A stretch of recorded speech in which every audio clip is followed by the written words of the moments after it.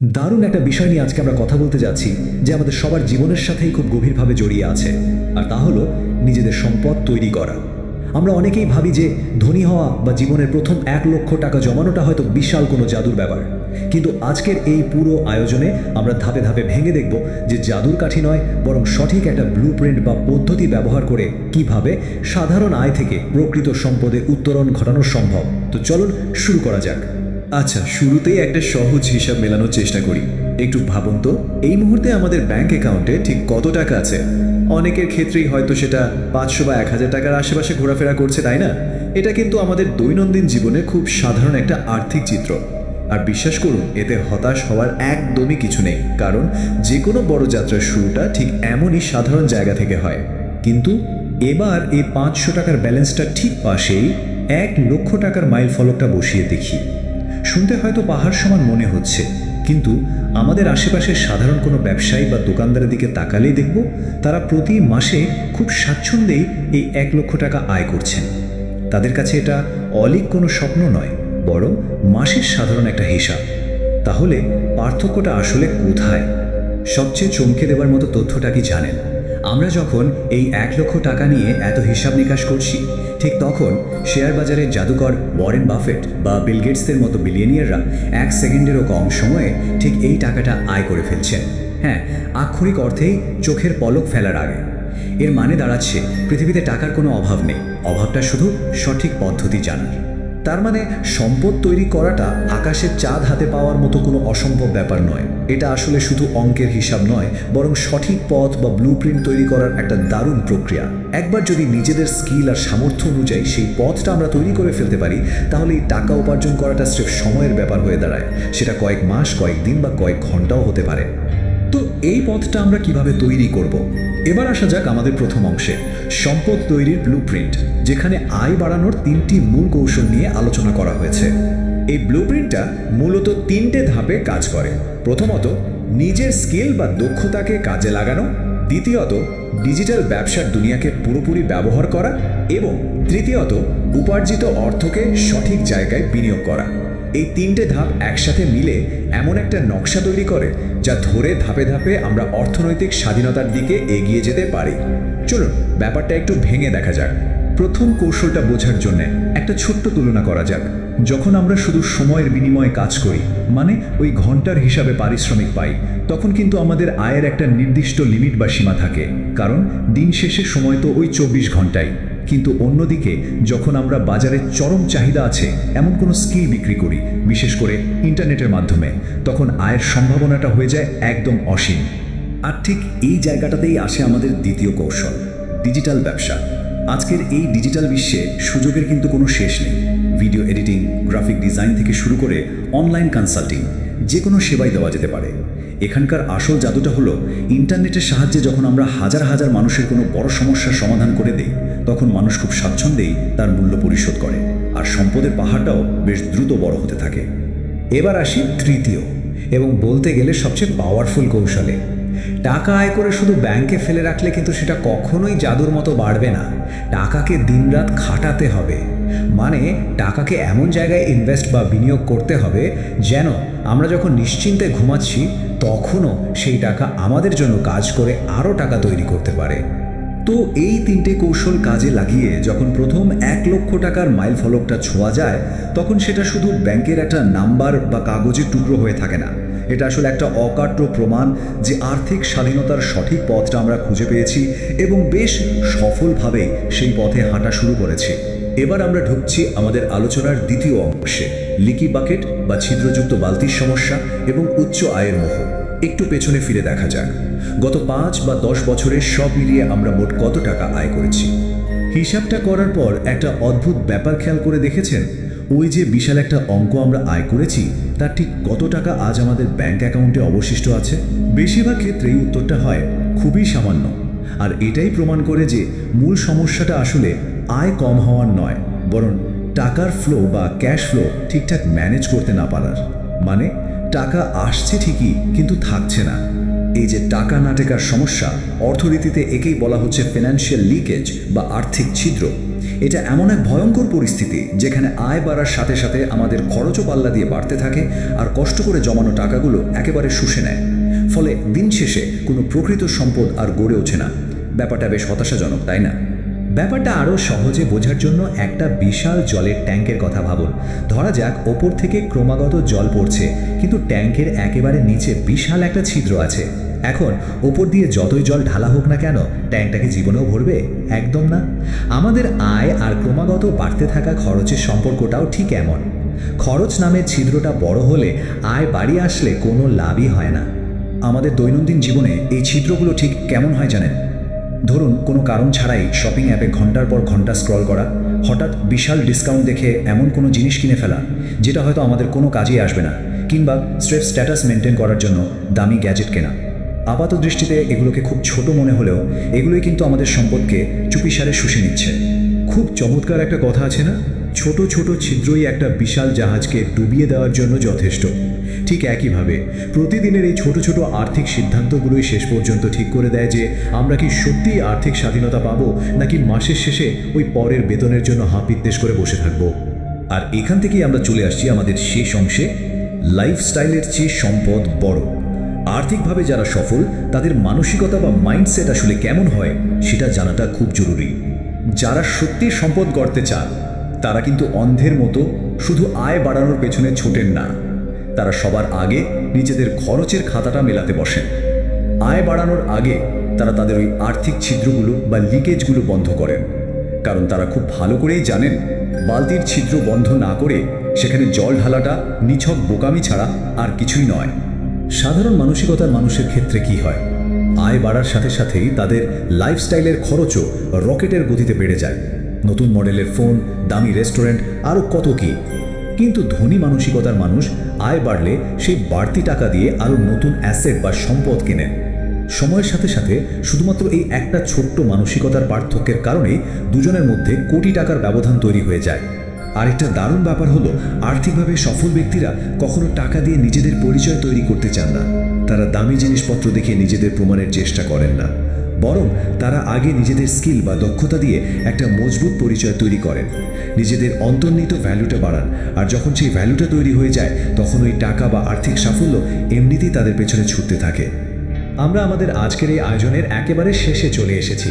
যাওয়ার আগে একটা গভীর চিন্তার খোরাক দিয়ে যাই। ধরুন আগামীকাল জাদুকরীভাবে আমাদের সবার আয় দ্বিগুণ হয়ে গেল, তাহলে কি সত্যি সত্যি আমাদের সম্পদ বাড়বে, নাকি খরচের ওই বালতির ছিদ্র দিয়ে টাকাগুলো আরও দ্বিগুণ বেগে বেরিয়ে যাবে? একটু ভেবে দেখবেন, কারণ এই একটা প্রশ্নের উত্তরের মাঝেই কিন্তু লুকিয়ে আছে আমাদের সত্যিকারের আর্থিক স্বাধীনতার ভবিষ্যৎ। আজ এ পর্যন্তই, নতুন কিছু শেখার এই যাত্রা চলতেই থাকুক। দারুণ একটা বিষয় নিয়ে আজকে আমরা কথা বলতে যাচ্ছি, যে আমাদের সবার জীবনের সাথেই খুব গভীরভাবে জড়িয়ে আছে, আর তা হলো নিজেদের সম্পদ তৈরি করা। আমরা অনেকেই ভাবি যে ধনী হওয়া বা জীবনের প্রথম 1 লক্ষ টাকা জমানোটা হয়তো বিশাল কোনো জাদুর ব্যাপার, কিন্তু আজকের এই পুরো আয়োজনে আমরা ধাপে ধাপে ভেঙে দেখব যে জাদুর কাঠি নয়, বরং সঠিক একটা ব্লুপ্রিন্ট বা পদ্ধতি ব্যবহার করে কিভাবে সাধারণ আয় থেকে প্রকৃত সম্পদে উত্তরণ ঘটানো সম্ভব। তো চলুন শুরু করা যাক। আচ্ছা, শুরুতেই একটা সহজ হিসাব মেলানোর চেষ্টা করি। একটু ভাবুন তো, এই মুহূর্তে আমাদের ব্যাংক অ্যাকাউন্টে ঠিক কত টাকা আছে। অনেকের ক্ষেত্রেই হয়তো সেটা 500 বা 1000 টাকার আশেপাশে ঘোরাফেরা করছে, তাই না? এটা কিন্তু আমাদের দৈনন্দিন জীবনের খুব সাধারণ একটা আর্থিক চিত্র। আর বিশ্বাস করুন, এতে হতাশ হওয়ার একদমই কিছু নেই, কারণ যে কোনো বড় যাত্রার শুরুটা ঠিক এমনই সাধারণ জায়গা থেকে হয়। কিন্তু এবার এই 500 টাকার ব্যালেন্সটা ঠিক পাশেই 1 লক্ষ টাকার মাইল ফলকটা বসিয়ে দেখি। শুনতে হয়তো পাহাড় সমান মনে হচ্ছে, কিন্তু আমাদের আশেপাশের সাধারণ কোনো ব্যবসায়ী বা দোকানদারের দিকে তাকালেই দেখব তারা প্রতি মাসে খুব স্বাচ্ছন্দ্যেই এই 1 লক্ষ টাকা আয় করছেন। তাদের কাছে এটা অলীক কোনো স্বপ্ন নয়, বরং মাসের সাধারণ একটা হিসাব। তাহলে পার্থক্যটা আসলে কোথায়? সবচেয়ে চমকে দেওয়ার মতো তথ্যটা কি জানেন? আমরা যখন এই 1 লক্ষ টাকা নিয়ে এত হিসাব নিকাশ করছি, ঠিক তখন শেয়ার বাজারের জাদুকর ওয়ারেন বাফেট বা বিল গেটসদের মতো বিলিয়নিয়াররা 1 সেকেন্ডেরও কম সময়ে ঠিক এই টাকাটা আয় করে ফেলছেন।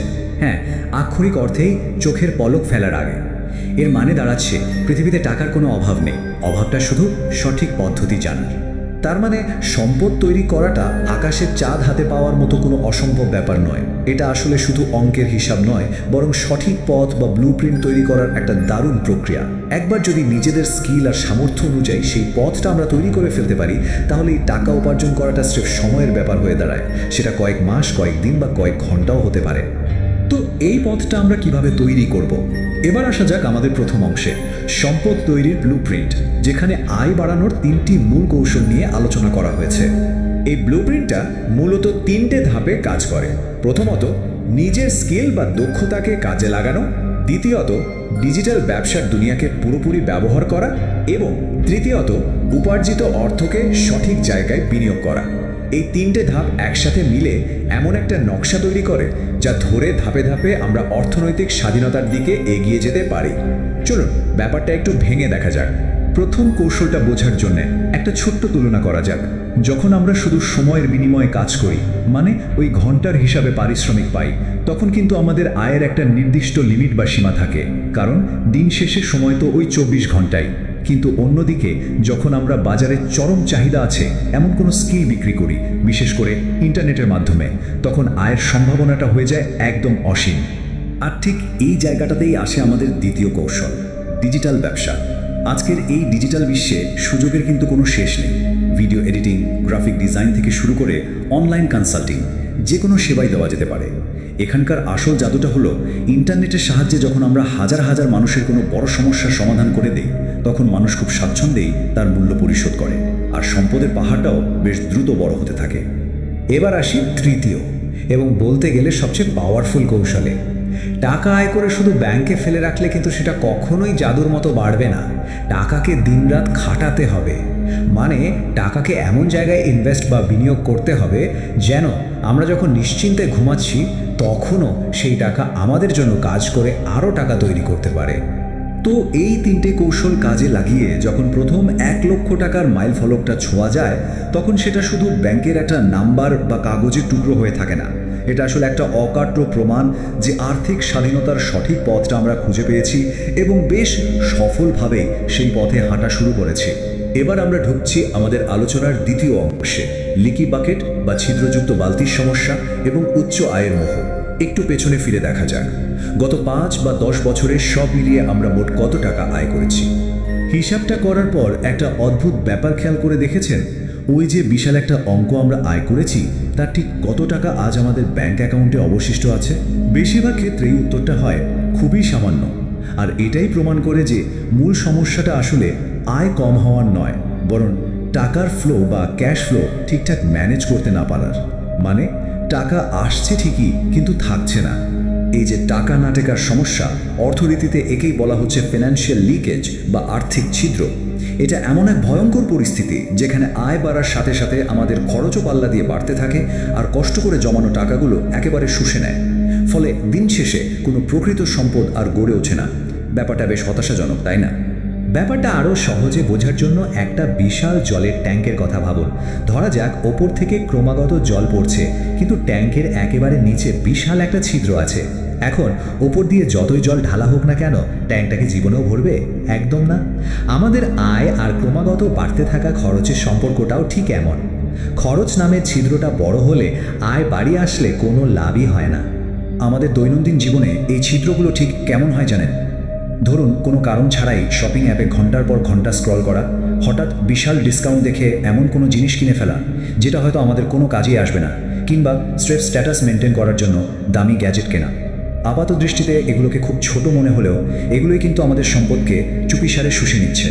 খুব চমৎকার একটা কথা আছে না, ছোট ছোট ছিদ্রই একটা বিশাল জাহাজকে ডুবিয়ে দেওয়ার জন্য যথেষ্ট। ঠিক একইভাবে প্রতিদিনের এই ছোট ছোট আর্থিক সিদ্ধান্তগুলোই শেষ পর্যন্ত ঠিক করে দেয় যে আমরা কি সত্যিই আর্থিক স্বাধীনতা পাবো, নাকি মাসের শেষে ওই পরের বেতনের জন্য হাপিত্তেশ করে বসে থাকবো। আর এখান থেকেই আমরা চলে আসছি আমাদের শেষ অংশে, লাইফস্টাইলের চেয়ে সম্পদ বড়। আর্থিকভাবে যারা সফল, তাদের মানসিকতা বা মাইন্ডসেট আসলে কেমন হয় সেটা জানাটা খুব জরুরি। যারা সত্যি সম্পদ গড়তে চান, তারা কিন্তু অন্ধের মতো শুধু আয় বাড়ানোর পেছনে ছোটেন না। তারা সবার আগে নিজেদের খরচের খাতাটা মেলাতে বসেন। আয় বাড়ানোর আগে তারা তাদের ওই আর্থিক ছিদ্রগুলো বা লিকেজগুলো বন্ধ করেন, কারণ তারা খুব ভালো করেই জানেন বালতির ছিদ্র বন্ধ না করে সেখানে জল ঢালাটা নিছক বোকামি ছাড়া আর কিছুই নয়। সাধারণ মানসিকতার মানুষের ক্ষেত্রে কি হয়? আয় বাড়ার সাথে সাথেই তাদের লাইফস্টাইলের খরচও রকেটের গতিতে বেড়ে যায়। নতুন মডেলের ফোন, দামি রেস্টুরেন্ট, আরও কত কি। কিন্তু ধনী মানসিকতার মানুষ আয় বাড়লে সেই বাড়তি টাকা দিয়ে আরও নতুন অ্যাসেট বা সম্পদ কেনেন। সময়ের সাথে সাথে শুধুমাত্র এই একটা ছোট্ট মানসিকতার পার্থক্যের কারণেই দুজনের মধ্যে কোটি টাকার ব্যবধান তৈরি হয়ে যায়। আরেকটা দারুণ ব্যাপার হলো, আর্থিকভাবে সফল ব্যক্তিরা কখনো টাকা দিয়ে নিজেদের পরিচয় তৈরি করতে চান না। তারা দামি জিনিসপত্র দেখে নিজেদের প্রমাণের চেষ্টা করেন না, বরং তারা আগে নিজেদের স্কিল বা দক্ষতা দিয়ে একটা মজবুত পরিচয় তৈরি করেন, নিজেদের অন্তর্নিহিত ভ্যালুটা বাড়ান। আর যখন সেই ভ্যালুটা তৈরি হয়ে যায়, তখন ওই টাকা বা আর্থিক সাফল্য এমনিতেই তাদের পেছনে ছুটতে থাকে। আমরা আমাদের আজকের এই আয়োজনের একেবারে শেষে চলে এসেছি। যাওয়ার আগে একটা গভীর চিন্তার খোরাক দিয়ে যাই। ধরুন আগামীকাল জাদুকরীভাবে আমাদের সবার আয় দ্বিগুণ হয়ে গেল, তাহলে কি সত্যি সত্যি আমাদের সম্পদ বাড়বে, নাকি খরচের ওই বালতির ছিদ্র দিয়ে টাকাগুলো আরও দ্বিগুণ বেগে বেরিয়ে যাবে? একটু ভেবে দেখবেন, কারণ এই একটা প্রশ্নের উত্তরের মাঝেই কিন্তু লুকিয়ে আছে আমাদের সত্যিকারের আর্থিক স্বাধীনতার ভবিষ্যৎ। আজ এ পর্যন্তই। নতুন কিছু শেখার এই যাত্রা চলতেই থাকুক।